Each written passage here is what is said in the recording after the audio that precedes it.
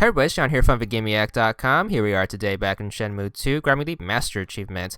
This is to learn 15 different combat moves in the game. There are going to be about a total of 22 or so, which doesn't leave a big room for error in this. So I'm going to be doing my best to point out the first 15 you can get so you don't miss any.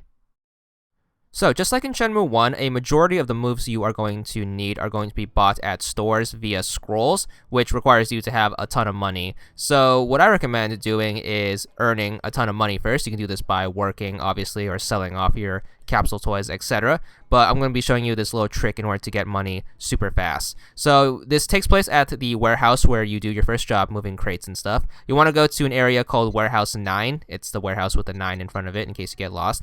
Head inside and make sure you make a save. You're going to need some seed money for this, so have about 50 or so Hong Kong dollars before you get started. Go up to the guy, make sure you play the game. It's going to be a dice rolling game. The guy is going to roll some dice, and then what you have to do is you have to roll higher than him. So the max bet and payout is going to be $20, so that's the most you can earn at any particular time. So essentially, to max out your luck, all you have to do is roll the hand. If you win, make sure you save the game. If you lose, all you have to do is just exit the game and then load the save we made up. So pretty much save every time you win and then just leave and then reload the last save you made every time you lose, and that way you shouldn't lose any hands and constantly earn money. You want to keep doing this until you earn at least 100 Hong Kong dollars, which may take a long time or a very quick time depending on your luck, but thanks to save manipulation, you can do this without losing any money.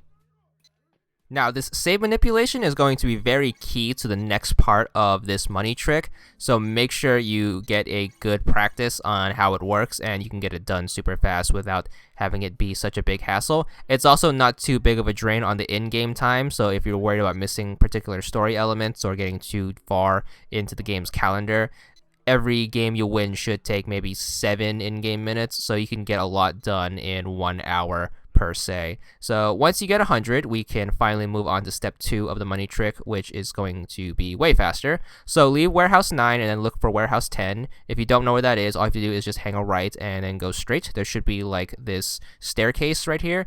Behind that is going to be this archway. Head on down, and then inside is going to be warehouse number 10, which has another type of gambling game. This time, the max payout and bet is going to be $500, which is going to be way faster.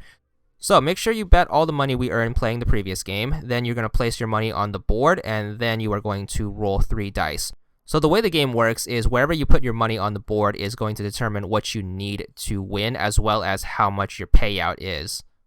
So the left is going to be small, which means you need to roll at least a 10 or less. You get a 2 times payout for that. The right is going to be big, which needs 11 or more. Payout is also 2 times. The bottom is going to be Zenzong, which means you need a 10 or an 11 with a 4 times payout. And then the top is Chow, which you need consecutive numbers in your roll. So 1, 2, 3, 2, 3, 4, 3, 4, 5, 4, 5, 6, etc. And that will give you an 8 times payout. So the trick is going to be to just pick one of the 2-time payouts and then just constantly pick that one. If you happen to win the hand, make sure you make a save. If you happen to lose, just load your previous made save, and that way you can keep doing this without losing any money. And it takes a really quick time to make a ton of money. You can make like 10 grand in like 20 minutes, and you can always come back whenever you have some time to kill in the game to earn even more money. So you can only bet a maximum of 500 at a time, so keep that in mind. However, you only need about 5 to 10,000 to pretty much be set for the entire game. And it helps out with other achievements too. For example, you could put the $500 towards unlocking Afterburner, which you need towards the arcade achievement. There's a point later on in the story where you need $500 to get past a certain story element. But other than that, that's how the money trick is going to work. Now, on to the actual moves. You will get your first opportunity to learn your first moves after you go to the temple. They are going to tell you to go find a martial artist. So what you want to do is you want to go straight and look for the martial arts store right here. And just like the first game, you could buy all of the moves here in the form of scrolls. They are very expensive, however, since we earned a ton of money gambling, we should have no trouble paying for them. There's going to be a total of 5. Just make sure you buy each of them. They are going to cost a total of 900 to get the lot. And then just like in the first game, to learn the move, you have to go in your inventory, go over to the scroll, hit A, and that should teach you the move. So you should get your first achievement for learning the first one for 10 gamer score, called Apprentice. Just buy the other 4 and then make sure you do the same thing. Pay for them and then just go in your inventory and make sure you learn them. So unlike Shenmue 1, there are actually going to be more stores later on where you could buy more scrolls, so always make sure you have a ton of money in hand just in case. So don't go wasting your money on capsule toys, for example. So once you learn your 5th move, you should get the second achievement called Adept for 20 gamer score. Moving on to move number 6, you're going to play through the story. You're going to basically track down the 4 voodoo masters. When you meet the second one, he will teach you a move, so just go through his whole tutorial thing. This is part of the main story anyways. So you get Iron Palm. Then we are going to skip on ahead. This is when you finally get access to the temple and you have to do some mini games for them, which involves carrying books. Now, you will earn new move scrolls doing well in the book minigame. However, it might be a little tricky if you're just starting out. The book minigame can be a little frustrating if you're not so good with quick time events or you're impatient. The key to doing well is to not run while holding the books, and I'll explain more on that in a little bit.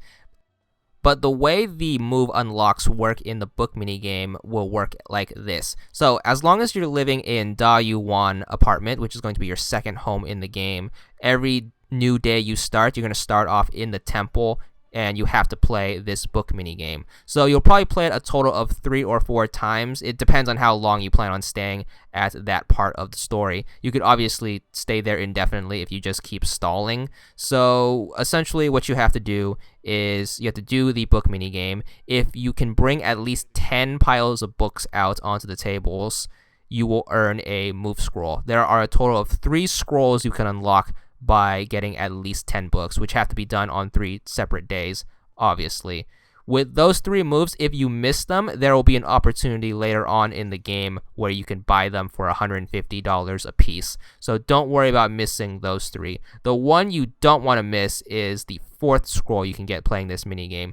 To get that, you have to have a perfect book carrying minigame 2 days in a row, which is carrying all 14 books out. So obviously that is going to take a ton of practice in order to get the minigame down right a perfect of 2 days in a row. So once again, my advice is to not run when you're carrying the books. That way the game will only hand you 1 or 2 quick time events at once. If you run, you're going to have to do 3 quick time events at once. If you drop a pile of books, it will add 15 minutes to the clock because your character needs to pick them up, and the game will give you from 9 a.m. to noon in order to get all of the books out. What that means is each time you drop one of the stacks of books, you are going to lose a 12th of the total time you have to do this minigame. The margin of error isn't too bad. You can drop about 3 and still get a perfect game, so it's not that bad. However, if you're absolutely struggling with this minigame, I actually recommend skipping this scroll. Once again, since there are about a total of 22 or so scrolls in the game, you will be more than okay if you miss this one if you're being too frustrated. So because Shenmue is Shenmue, it is completely possible that you can do this minigame perfect 2 days in a row and still not get the move. It has something to do with the calendar, and sometimes certain story elements affect other cutscenes, and especially optional cutscenes. It can be quite annoying. I've heard some reports of people taking at most 5 perfect games to get this done, so if you absolutely hate the book carrying minigame, I absolutely recommend skipping this, because it's entirely possible that you practice all of this for nothing. So once again, highly recommend skipping this one. There are going to be way more than 15 scrolls. This is one to miss for sure. Unless you want to be an absolute perfectionist, then just ignore this one. And to get the move that you unlock for doing well in the minigame, just run out to the front of the temple. The master dude will stop you and he'll hand you the particular scroll. Once again, there's a total of 4 you can unlock here. I personally recommend just stopping at 2 or 3. However, the 3 you get for just getting 10 or more books you can buy later on. So if you want to save some money, you can do that here. But once again, you should have a ton of money from our little money exploit earlier. But that's how the book minigame works. On to optional side quest number 1. This is going to take place after you do the leaf minigame at the temple, which is also very frustrating. So best of luck to you with that. As soon as you finish that minigame and then get the book from Li Xiaotao, what you want to do is you want to backtrack to the Green Market Quarter. This is a very missable side mission. Once you get here, you want to head over to the Kung Fu School. This is where you met the first Voodoo Master. He will teach you this throw move. There is another achievement base after this, so you might want to do this, especially if you want that achievement as well. And this is going to bring us to the second optional mission. This is going to take place the day after you learn how to decode the teacups from the fourth Voodoo Master. So once you learn to decode the teacups, you're going to finish the day. Then you are going to wake up the next day, do the book minigame at the temple. Once you wrap that up, make sure you head back to the South Carmaine district where the old lady is from. She's going to now teach you a move after fighting some dudes in this side mission. So very important you do this because this one is also very missable. You learn the Hind D blow, which should be your 10th, depending on how far you are with the books minigame. So you should get your 10 achievement somewhere around here. The next move is going to be given to you as part of the main storyline, so this one's unmissable. This is at the end of the Hong Kong arc, so you're going to head back to the temple to tell the masters that you're heading over to Kowloon. The lady should teach you the counter blow elbow, so make sure you go through that whole spiel. It's, once again, part of the main storyline, so you can't miss that one. So this should be move 11 or 12 or 13. Once again, depends on how many scrolls you got doing the book minigame.